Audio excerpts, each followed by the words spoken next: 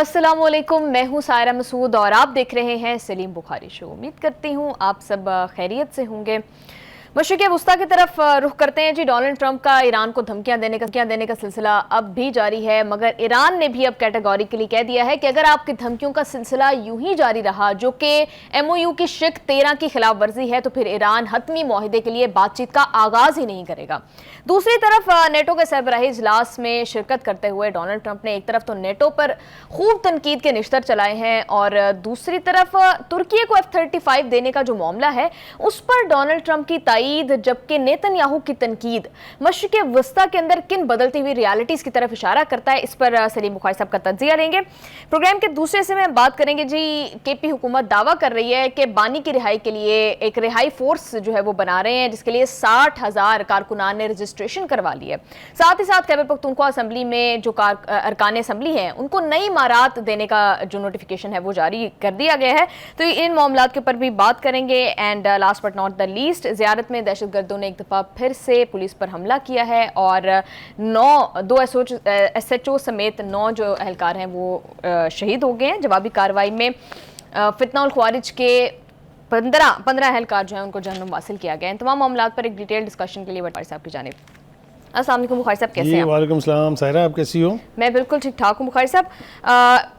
जैसे हम अक्सर हर प्रोग्राम के अंदर बात करते हैं कि डोनाल्ड ट्रंप धमकियां देते चले जा रहे हैं। एक तरफ तो मुज़ाकरात की बात करते हैं और फिर दूसरी तरफ कह देते हैं कि अगर ईरान ने मुज़ाकरात नहीं किए तो बस उनका काम हम फ़ौरन तमाम कर देंगे। जी बुखारी साहब, पूरी दुनिया अमेरिका को कहती रही कि आपको जंग में शिकस्त हो गई है, तो ट्रंप जिन बातों की धमकियां दे रहे हैं फिर ये प्रैक्टिकली कर लेते अगर इतना ही आसान था तो?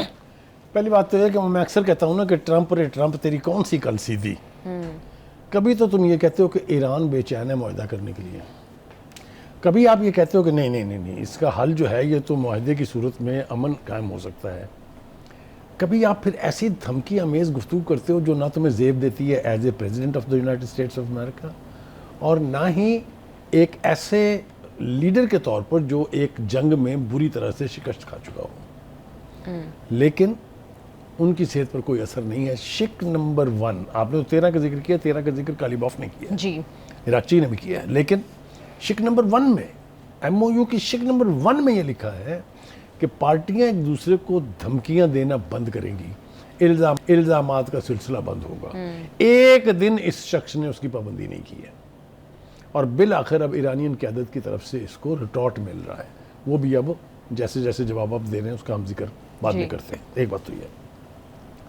दूसरी बात यह है कि ईरान ने जो कोशिश आपने की थी पूरी कुव्वत के साथ, पूरी नेवल फोर्स के साथ, पूरी एयर फोर्स के साथ, वो दंदा शिकन जवाब मिला आपको उसका। आपकी मिलिट्री हो, चाहे आपकी नेवी हो, चाहे आपके एयर फोर्स हो, वो सब कुछ नाकाम हो के मैदान जंग से भागे।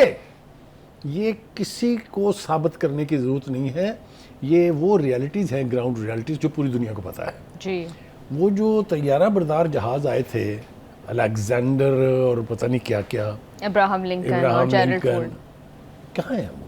मैं पूछना चाहता हूँ, why have they left the battle ground?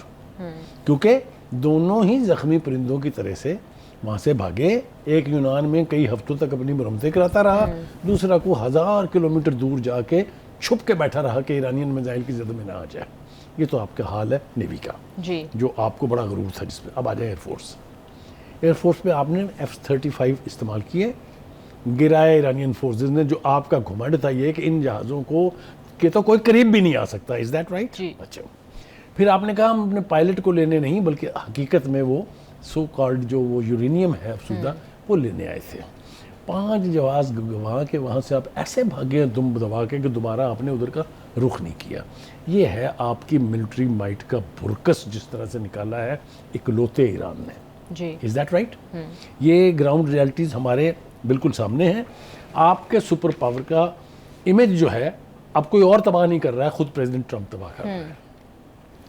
उनको ये बावर होना चाहिए कि he is speaking as the president of the mightiest power of the world. लेकिन वो सुबह से शाम बैक एंड फोर्थ जाते रहते हैं, जैसे वो यानी इस पूरी दुनिया में अमन के दाई कम हैं और जगलर ज़्यादा है, वो डुगडुगी बजाते रहते हैं। मुझे तो एक बात पे अफसोस है कि ये जो जोकर ट्रंप है, जो इसके मुंह में आ रहा है ये बोलता चला जा रहा है।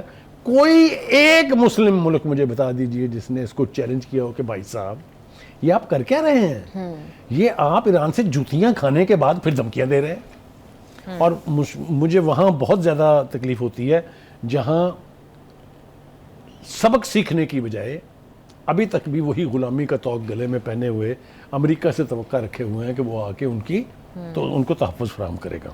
ये तो होगी जी एक सूरत हाल जी। एक और चीज़ मैं बताना चाहता हूँ क्यों मैंने इसको जोकर कहा है। इन्होंने एक तराना गाया था, ईरान को अंदाज़ा हो गया होगा कि वो अपनी फ़िज़ाई हदूद का दिफा करने की सलाहियत खो चुका है। मीन्स हमने तो जी उनकी एयरफोर्स तबाह कर दी है, हाँ। हमने उनकी नेवी भी तबाह कर दी है, हमने उनकी फ़ौज भी तबाह कर दी। इज़ राइट जी। फिर वो कहते हैं हालिया जंग में अमेरिकी फ़ौज ने ईरानी बहरिया के जहाज़ों, फ़िज़ाइया के तैयारों और रडार निज़ाम को मुकम्मल तौर पर तबाह कर दिया। मेरा ख्याल ये है कि ये बकवास जो है ये अब ट्रंप ने अपना प्रोमो बना लिया है। जहाँ भी बैठते हैं सबसे पहले वो प्रोमो ऑन कर देते हैं। इन तीनों बातों में, चारों बातों में जो मैंने बयान की हैं, दूर दूर कोई हकीकत नहीं है। ईरानियन कौम ने बज नहीं किया है। ईरानियन अफवाज जो हैं वो आज भी खड़ी हैं और अब तो हम ये सुन रहे हैं कि उनकी कुव्वत दिफा जो है वो पहले के मुकाबले में और भी ज़्यादा तेज़ है। एक तो ये है। तो मेरा ये मशवरा है प्रेसिडेंट ट्रंप को कि ये प्रोमो बजाना बंद करें। तो लोगों को अब आपकी हकीकत का अच्छी तरह से पता चल चुका है। ठीक है। फिर वो ये कहते हैं जी, ईरान डील का ख्वाहिशमंद है, हम ईरान में हुकूमत की तब्दीली नहीं चाहिए। शख्स को डूब मरना चाहिए झूठ बोलते हुए। इस शख्स ने ये दावा किया था कि ईरान में कौम उठ खड़ी हुई है अपने रजीम के खिलाफ। हमने मुसाद के एजेंटों को वहां भेज के जो मुजाहरे हुए थे, जिसमें उन्होंने कहा कि 45,000 बंदे मर गए हैं और ईरानी हुकूमत का मौक़िफ़ था कि 3200 लोग जो हैं उसमें जो आगे लगाई गई, जो अंधाधुंध फायरिंग की गई, जो बम फेंके गए, उसमें जो हलाक हुए उनको तो शहीद भी नहीं कहा जा सकता। हैविंग सेड दैट, मैं ये कहना चाहता हूँ कि आप किस रजीम को तब्दील करने की बात कर रहे हैं। देख लिया ना आपने मंजरनामा। इसी के बाद शायद उनका बयान बदला है, जो उन्होंने फ्यूनरल पर मनाजिर देखे हैं। देखिए मनाजिर तो देखे हैं, गुफ्तगू तंजिया कर रहे हैं वो। अच्छा, मुझे नहीं पता था कि ईरान के लोग खamenei से इतनी मोहब्बत करते हैं। तो आप काहे के प्रेसिडेंट है? वो किधर है आपकी इंटेलिजेंस? हुए आपको यही नहीं पता? आपको पता लग रहा है 1.5 करोड़ 2 करोड़ बंदा सड़कों पे देख के? आप क्या है? मेरा तो दिल करता है मैं जितना मजाक उड़ा सकूं इसका उड़ाऊं। आप मुझे बताइए, इतना बड़ा इंटेलिजेंस नेटवर्क होने के बावजूद पेंटागन है, CIA है, MPI है, ये इन्हें यही नहीं पता कि वहाँ ईरान की कौम क्या सोचती है। और इस पर मुझे बहुत ज़्यादा हैरत है कि उन्होंने खुद तस्लीम किया कि मैंने कुर्दों के ज़रिए असला भेजा ताकि रजीम चेंज की जाए। हाँ जी। खुद तस्लीम किया कि हमने मुसाद के एजेंडों के थ्रू पैसे तकसीम किए। खुद president of United state America ने कहा इंतजार करो, हम आ रहे हैं आपकी मदद के लिए। सरकारी यार दुनिया की कान पर कोई जू नहीं रहूंगी कि एक इंडिपेंडेंट मुल्क के बारे में आप क्या किस किस्म की बेहुदा बकवास कर रहे हैं। मुझे इसके ऊपर बहुत हैरत है। मैं फिर वो जो है ना, मुहर्रम गुजर गया लेकिन मेरा दिल चाहता है कि मैं मातम करता रहूं। मुस्लिम क़यादत ने बहुत मायूस किया मुझे एज ए इंडिविजुअल, लेकिन पूरी मुस्लिम उम्मा को शक्ल दिखाने के काबिल नहीं है ये लोग कहीं भी। बुखारी साहब, लेकिन ईरान ने बड़ा स्ट्रॉन्ग रिएक्शन दिया है डोनाल्ड ट्रंप की इन धमकियों पर। ऑल्दो इनकी धमकियां तो खोखली हैं, वो कॉन्स्टेंटली देते रहते हैं, मगर अब्बास अरागची साहब ने कह दिया है कि ये MOU की खिलाफ वर्जी है, तो हम हतमी मुआहदे पर तब तक बातचीत ही नहीं करेंगे जब तक आप ये धमकियां देना। ये ईरान के एक लीडर ने कहा है। कालिबाफ ने भी यही कहा है। ईरान की सिक्योरिटी काउंसिल का जो सेक्रेटरी है उसने भी यही कहा है। मैं अगर आप इजाज़त देंगे तो मैं थोड़ा सा दोहरा दूंगा।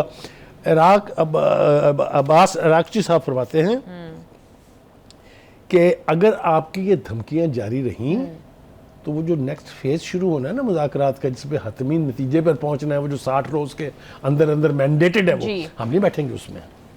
मुझे बताएं कोई फरीक पोजीशन ऑफ वीकनेस से कहता है? ये पोजीशन ऑफ स्ट्रेंथ है ये, ठीक है। एक बात।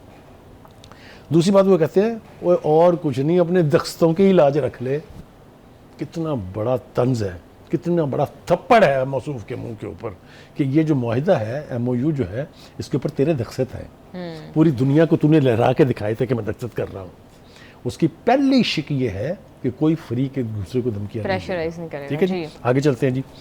ईरान की जो सुप्रीम नेशनल सिक्योरिटी काउंसिल के सेक्रेटरी हैं, उनका कहना है कि ट्रंप धमकियां बंद करें वरना जवाब दूसरी जबान में देंगे। Again the position of strength, कहीं वीकनेस नहीं है, ठीक है। ट्रंप वहम में मुब्तला हैं। पहले उसका बयान बता दें ट्रंप का। ट्रंप ये फरमाते हैं मुआहदे को इसलिए तरजीह देता हूँ क्योंकि मैं नहीं चाहता कि ईरान की तकरीबन 9 करोड़ 10 लाख आबादी इसका खमियाजा भुगते। उसका जवाब दिया जी नेशनल सिक्योरिटी काउंसिल जो है उसके सेक्रेटरी ने। वो कहते हैं कि ट्रंप वहम में मुब्तला है, दूसरे लफ्ज़ों में कह रहे हैं पागल हो गया है। वो ये कहते हैं 9 करोड़ 10 लाख ईरानियों को धमकियां दे रहे हैं जो अमेरिका और इसराइल के मुकाबले में सीसा पलाई हुई दीवार की तरह खड़े हैं। तुमने तो ईरानी तहजीब को तबाह नेस्तो नाबूद करने की बात की थी, लेकिन नतीजा नाकामी और मायूसी के सिवा कुछ नहीं निकला और ultimately you have to beg for मुज़ाकरात। वो कहते हैं भीख मांगी तुमने मुज़ाकरात। बुखारी साहब, एक तासुर एग्जिस्ट करता है कि ईरान जो मुज़ाकरात के हवाले से बड़ा एक स्ट्रॉन्ग पोजीशन लेता है, यानी अगर अमेरिका जरा सी भी खिलाफ वर्जी करता है तो ईरान जो है मुज़ाकरात से बैक ऑफ कर जाता है। जिसे जेडी वैंस ने भी कहा कि ये सिर्फ एक हिकमत अमली है। क्या आप वाकई समझते हैं कि ईरान इसको सिर्फ एक प्रेशर टैक्टिक के तौर पर इस्तेमाल कर रहा है या फिर प्रैक्टिकली दे अफोर्ड दिस? पहली बात तो ये कि मैं आपसे पूछता हूँ कि प्रेशर कौन इस्तेमाल करता है, वीक आदमी या पावरफुल आदमी?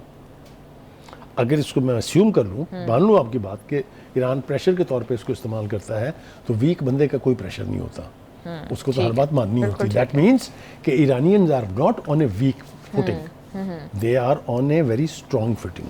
बिल्कुल ठीक है। प्रोग्राम में शामिल कर लेते हैं एक break, will be right back.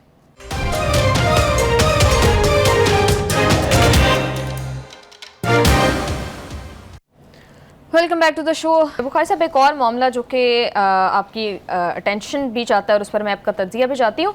कल हमने बात की थी कि हमास ने हुकूमत ख़त्म करने का ऐलान कर दिया है। उस पर अब बोर्ड ऑफ पीस ये बात कर रहा है कि उस यानी हथियार लेना हमास से या एक फरीक के पास हथियार होना जो कि टेक्नोक्रेटिक कमेटी होगी। तो क्या आपको लगता है कि हमास अपनी हुकूमत ख़त्म करने के बाद हथियार भी जो है वो सरेंडर करेगी? देखिए, हथियार सरेंडर करने के मामले में जमा कराने का लफ्ज़ इस्तेमाल किया, उन्होंने सरेंडर नहीं है जी। उनका कि जब वो कमेटी इख्तियारात संभाल लेगी, इफेक्टिव कंट्रोल हासिल कर लेगी, तो हम अपना असला उसके पास जमा करा देंगे। और उसका कॉन्स्टिट्यूशन क्या होगा कमेटी का, वो मैं कल बता चुका हूँ उसके अंदर कि उसके अंदर 13-14 के करीब फ़लस्तीनी टेक्नोक्रेट्स होंगे। ठीक है। तो वो उन्होंने पीस बोर्ड के उस मुआहदे को कह लीजिए या उस आउटकम को इम्प्लीमेंट कर दिया प्रैक्टिकली कि ये ले जनाब हम हुकूमत छोड़ रहे हैं, आप कमेटी को यहाँ इख्तियार दे दें, उसको यहाँ भेज दें, हम हथियार भी उसके पास जमा करा देंगे। दिस इज़ ए प्रील्यूड कि ये इल्ज़ाम ना लगाया जाए कि देखें जी हमास जो है वो इसके अंदर रुकावट बन रही है। I think it's a wise decision and as I said yesterday it is in consultation with Iranian regime. हवा में नहीं है ये फैसला। ठीक है। अब now the ball is in the court of all the सालिस। जो सालिस हैं जिसमें 8 मुसलमान ममालिक भी शामिल हैं, आपको मैंने कल भी कहा था, ये उनके ऊपर है कि वो लेटर एंड स्पिरिट में उस पीस बोर्ड के ऊपर अमल दरामद कराएं। ठीक है, क्योंकि वो जो ख्वाब थे ना, कोई रवेरिया बनाने जा रहा था, कोई इसको टूरिस्ट रिजॉर्ट बनाने जा रहा था, वो उनके दामाद साहब जो है वो समझते थे ये गज़ा फ़लस्तीनियों का नहीं, उनके अब्बा की जागीर है जहाँ जाके वो ये सब कुछ कर लेंगे। वो तो अब एक तरफ हो गया, उसकी तो हम बाज़गश्त भी नहीं सुन रहे हैं। बिल्कुल ठीक है बुखारी साहब, लेकिन ISF जो कि इंटरनेशनल स्टेबलाइजेशन फोर्स है, बोर्ड ऑफ पीस की बात कर लें, उसमें भी मोस्टली बैरून ममालिक के लोग शामिल हैं। सिर्फ ये टेक्नोक्रेटिक कमेटी जो कि विच वुड बी जिसको हेड कर रहा होगा बोर्ड ऑफ पीस और ISF, तो गजा में अल्टीमेटली फ़लस्तीनियों की हुकूमत तो बनने नहीं जा रही। देखिए, उसमें इंडोनेशिया ने 30,000 लोग भेजने का ऐलान किया हुआ है, वादा नहीं, ऐलान किया हुआ है। इसी तरह से इजिप्ट के अंदर एक बड़ी तादाद में पुलिस का जो काम करेंगे लोग, उनकी तरबियत मुकम्मल हो चुकी है। ऐसा नहीं है कि वहाँ पर टोटली सारे गैर मुल्की आ जाएंगे।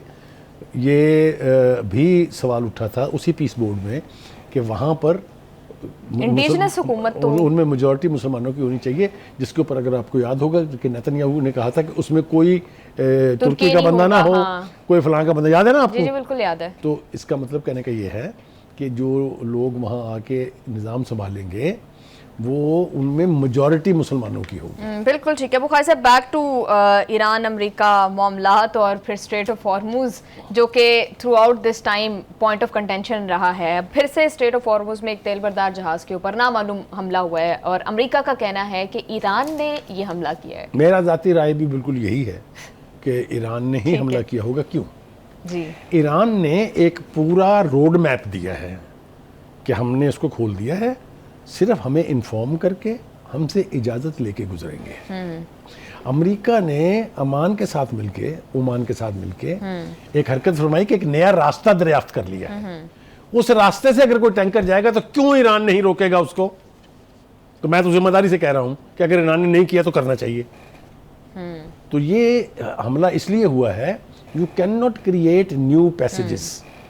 देखिए वहाँ पर बारूदी सुरंगें बिछी हुई हैं, अगर कोई जहाज़ उड़ गया बारूदी सुरंगों की वजह से तो आएगा इल्ज़ाम ईरान पर कि नहीं। इसीलिए वो कहते हैं कि हम आपको पैसेज दे रहे हैं, हम बता रहे हैं कि रूट क्या है, आप आइए जाते रहिए। तो अगर आपने ये भी नहीं करना तो वो एक बात और मैं वसूख से कहना चाहता हूँ कि अगर किसी को ये गुमान है कि आबना हुर्मुज़ अब उसी तरह की हो जाएगी जैसे कि पहले जंग से पहले थी, ये नहीं होने जा रहा। कल ही एक जिम्मेदार ईरानियन ओहदेदार ने कहा है कि हमारा सबसे बड़ा जंगी हथियार जो है दैट इज आबना हुर्मुज़। बिल्कुल ठीक है बुखारी साहब जी, बिल्कुल इकोनॉमिक न्यूक्लियर बॉम्ब कहा जा रहा है इसको। Absolutely. बिल्कुल ठीक है।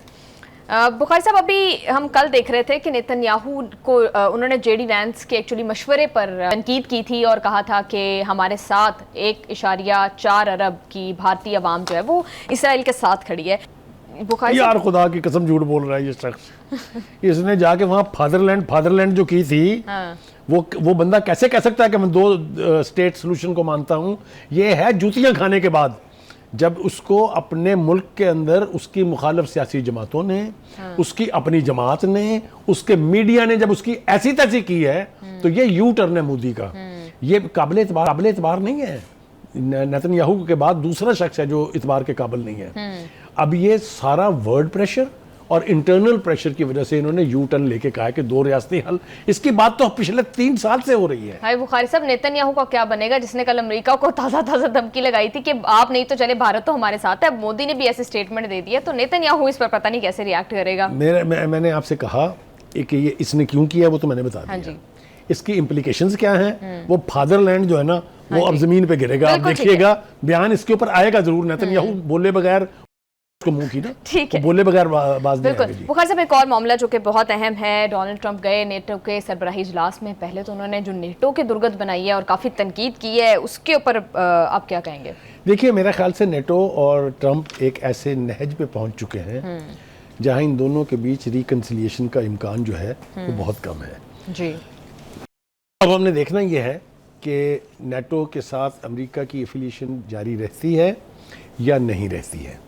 मेरा ज़ाती ख्याल ये है कि नेटो में अभी मज़ीद बदमज़गी होगी, क्योंकि ट्रंप जहाँ बैठ रहे हैं वहीं नेटो की ऐसी तैसी कर रहे हैं कि मैंने ये किया, हमने इतनी इन्वेस्टमेंट की, जब यूरोप को हमारी ज़रूरत थी हम वहाँ पहुँचे, जब मुझे ज़रूरत पड़ी तो पीछे से हट गए। हाँ जी, साथ साथ ये भी कह देते हैं ऑल्दो में ज़रूरत नहीं थी ईरान जंग के लिए। बुखारी साहब एक और बड़ा इंपॉर्टेंट मामला, F-35 देना अमेरिका का तुर्की को, ये है असल इशू। हाँ, पेट में काफी मरोड़ जो है वो उठ रहे हैं। देखिए ये है असल इशू और इस पर नेतन्याहू को बहुत एम्बैरेसमेंट होने जा रही है, इसलिए कि जो कुछ कमिट किया है ट्रंप ने अर्दवान के साथ, उसकी एक वजह है। मैं आपको वापस ले चलता हूँ 1 हफ्ता पहले का बयान ट्रंप का, जिसमें उसने कहा था कि तुर्की जंग में शामिल होने वाला था, मेरे कहने पर रुका है।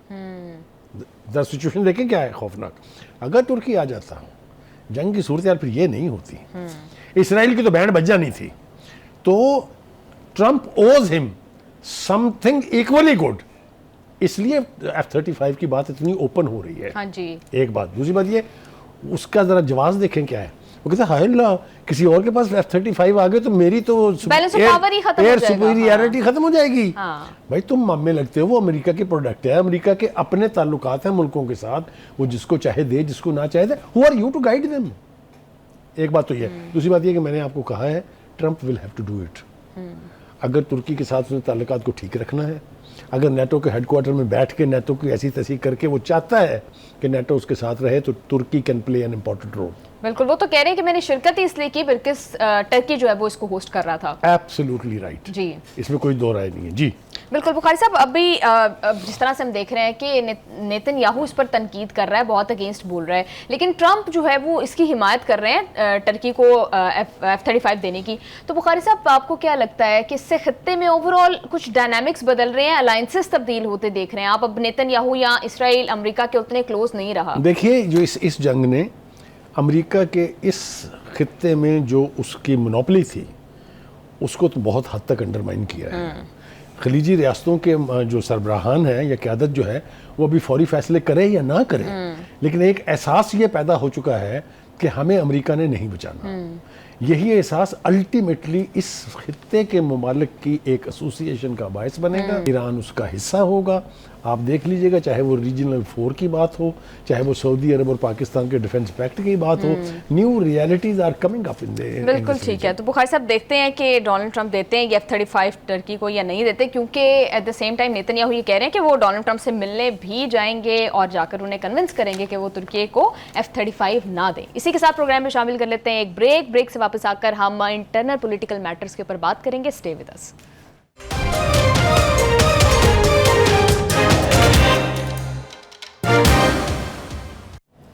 Welcome back to the show. Bukhari साहब, इमरान खान साहब की रिहाई के लिए केपी हुकूमत कह रही है कि जी हमने एक रिहाई फोर्स बनाई है, उसके लिए 60,000 अरकान ने रजिस्ट्रेशन करा दी है। बुखारी साहब, फर्स्ट ऑफ ऑल ये फोर्स होगी किस किस्म की और फिर किस तरीके से बानी की रिहाई करवाएगी? 2-3 हवाले जो है वो दिए जा सकते हैं इस हवाले से। पहली बात तो यह है कि इस तरह की फ़ोर्स पाकिस्तान की तारीख में पहले किसी सियासी जमात ने नहीं बनाई। सियासी जमातों के लीडर गिरफ्तार होते रहे हैं। भुट्टो से गिरफ्तार हुआ था जो इतना बड़ा पॉपुलर लीडर था, उसके बाद नवाज शरीफ भी गिरफ्तार हुए, उसके बाद बेनज़ीर भी, उससे पहले बेनज़ीर भी गिरफ्तार हुई, और जो आज प्राइम मिनिस्टर हैं ये भी गिरफ्तारी भुगत चुके हैं। जो आज चीफ मिनिस्टर हैं पंजाब की वो भुगत चुकी हैं। लेकिन इन लोगों की रिहाइयों के लिए कहीं कोई फोर्स नहीं बनी थी। एक बात तो ये है।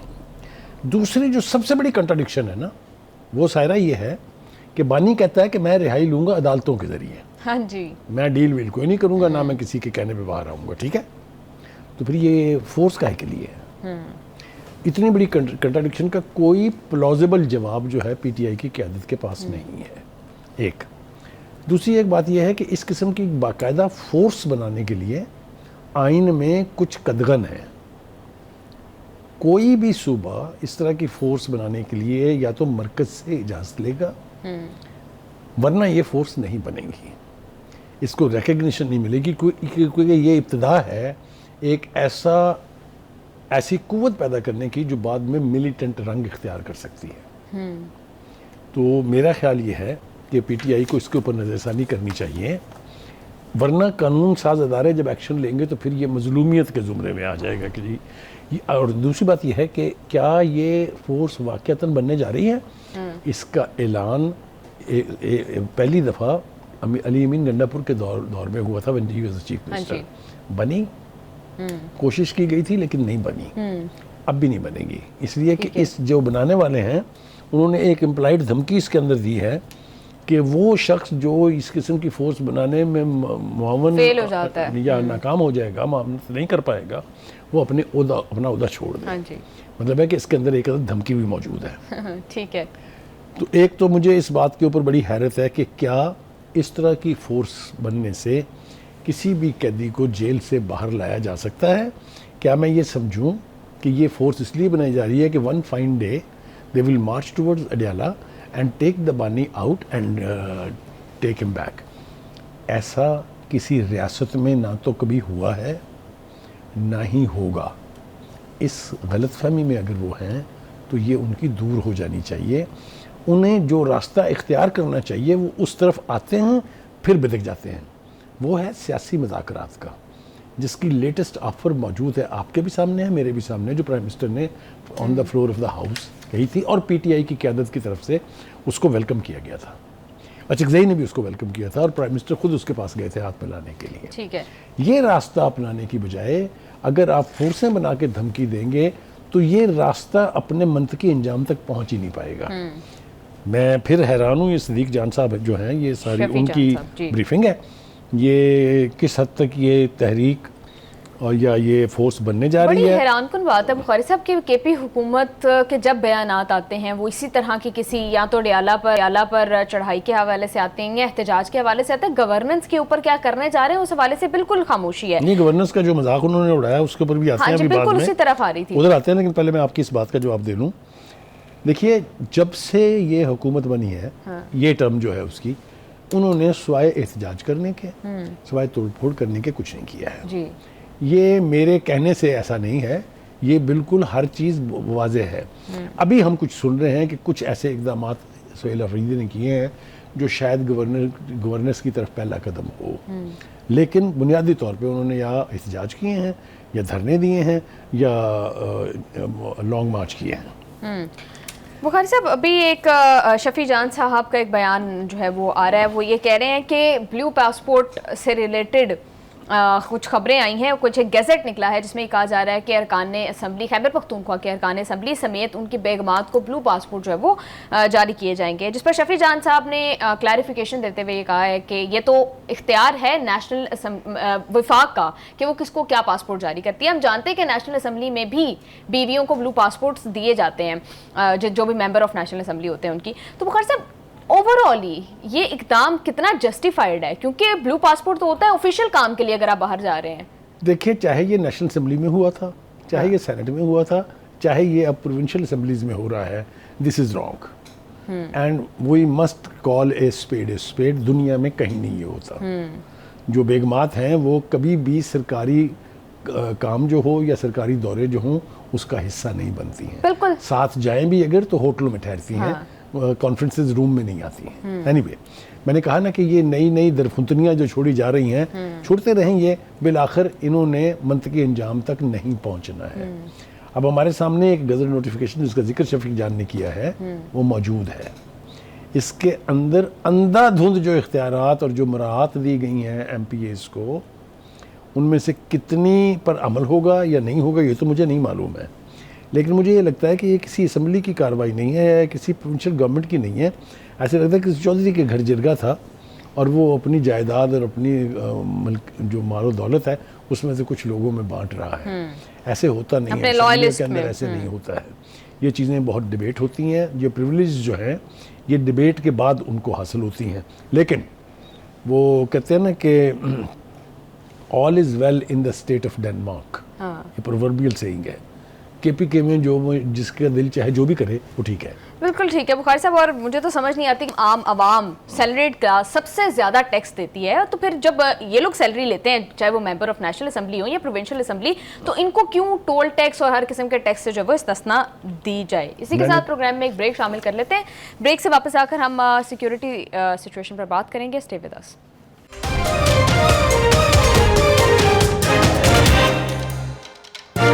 Welcome back to the show. Bukhari साहब, एक दफ़ा फिर ज़ियारत में पुलिस पर दहशतगर्दों ने हमला किया है। 9 पुलिस एहलकार जो हैं वो शहीद हुए हैं।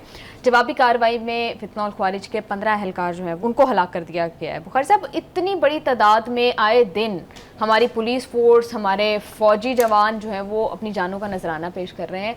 हम हर कोशिश करके देख रहे हैं, लेकिन इसका सदेबाब नहीं हो पा रहा है।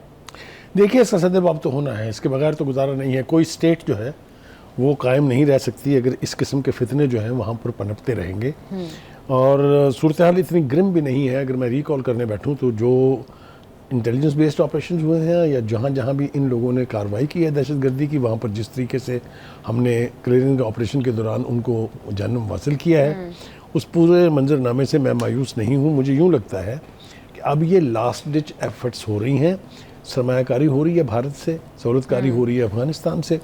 इसी वजह से ये फितने जो हैं ये अभी तक कहीं ना कहीं सर उठा के कोई ना कोई वारदात कर पाते हैं। लेकिन जिस तरीके से इनकी क्लिनजिंग हो रही है, जिस तरीके से फैसले किए जा रहे हैं स्टेट की तरफ से कि अब कोई अफगान यहाँ पर बगैर डॉक्यूमेंट्स के नहीं रहेगा, नो मैटर किस किस्म के हालात हैं, उसको यहाँ से बाहर धकेला जाएगा। पहले तो हमने बहुत कर ली ना मिन्नतें, खुदा के लिए आप कागजात बनवा के दोबारा आ जाएं, आप प्लीज़ एक दफ़ा चले जाएं फिर दोबारा आ जाएगा।